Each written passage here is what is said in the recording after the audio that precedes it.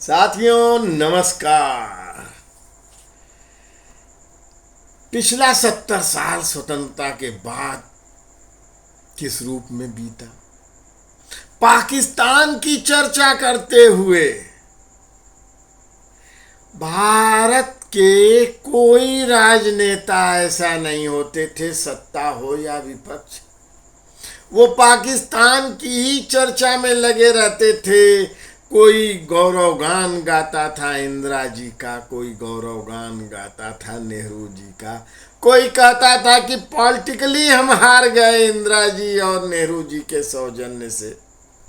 सैन्य पराक्रम का गर्व सदैव रहता था और उसमें अपने शास्त्री जी का महापराक्रम भी था। फिर चर्चा आती है कारगिल की। जबरदस्त पराक्रम हमारे सैनिकों ने दिखाया, लेकिन जानते हैं उसके बाद क्या होता है? आज पिछले 7-8 वर्षों में एक नया चमत्कार घटित होता है।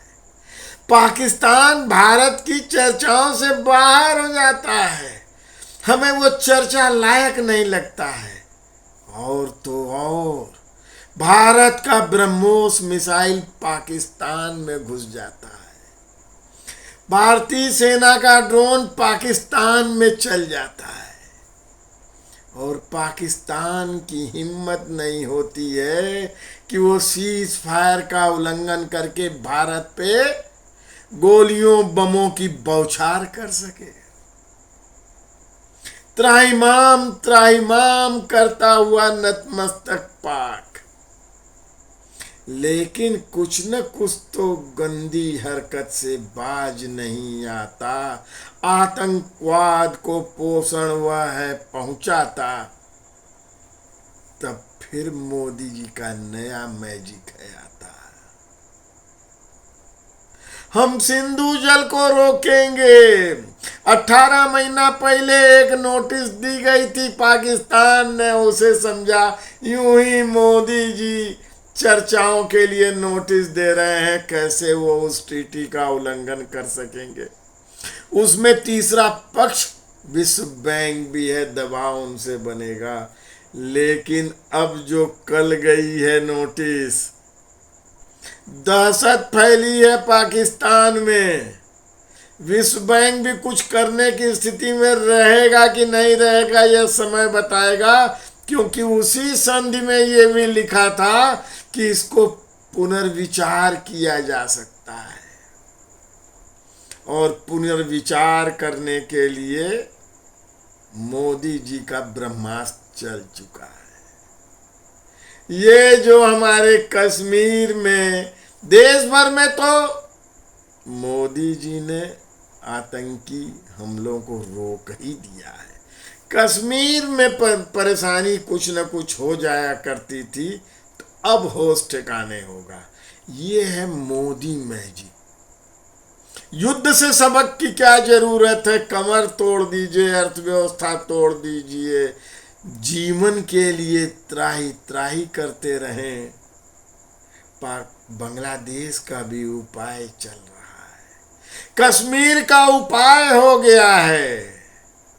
कश्मीर ने विश्व मंच पर घोषित किया कि हम 4 स्थानों से पीछे हट रहे हैं। अब लोग प्रश्न ये भी उठाते हैं कि वो हट गया, इसका मतलब आगे बढ़ा था। अरे नहीं साहब,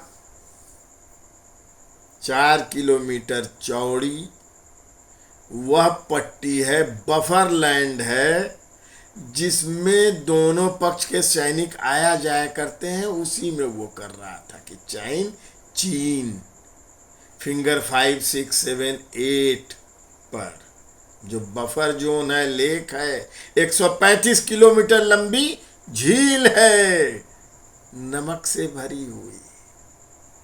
और आज चीन का होश ठिकाने है, पीछे हो रहा है और सार्वजनिक घोषणा कर रहा है, जबकि वह पूरे विश्व में अपने चतुर्दिक विद्यमान 17 देशों को सताने में लगा है। लेकिन सारी धमक, सारी गुंडई, सारी दादागिरी, विश्व में द्वितीय शक्तिशाली देश होने की दबंगई भूल गया है और घोषित कर रहा है हम पीछे जा रहे हैं। ये है मोदी जी का मैजिक। युद्ध ही नहीं, आप तो जानते होंगे महाभारत में जो युद्ध के अतिरिक्त, युद्ध के पीछे जो कुछ हमारे महायोगी कृष्ण जी ने रचा, उसने युद्ध का परिणाम धर्मानुकूल कर दिया। तो जो पीछे रचा जाता है वो रचना रची जा रही है। कभी पाकिस्तान के होश ठिकाने हो रहे हैं, कभी चीन के, और धीरे धीरे बांग्लादेश का भी उपाय हो रहा है। जय भारत, जय मां भारती।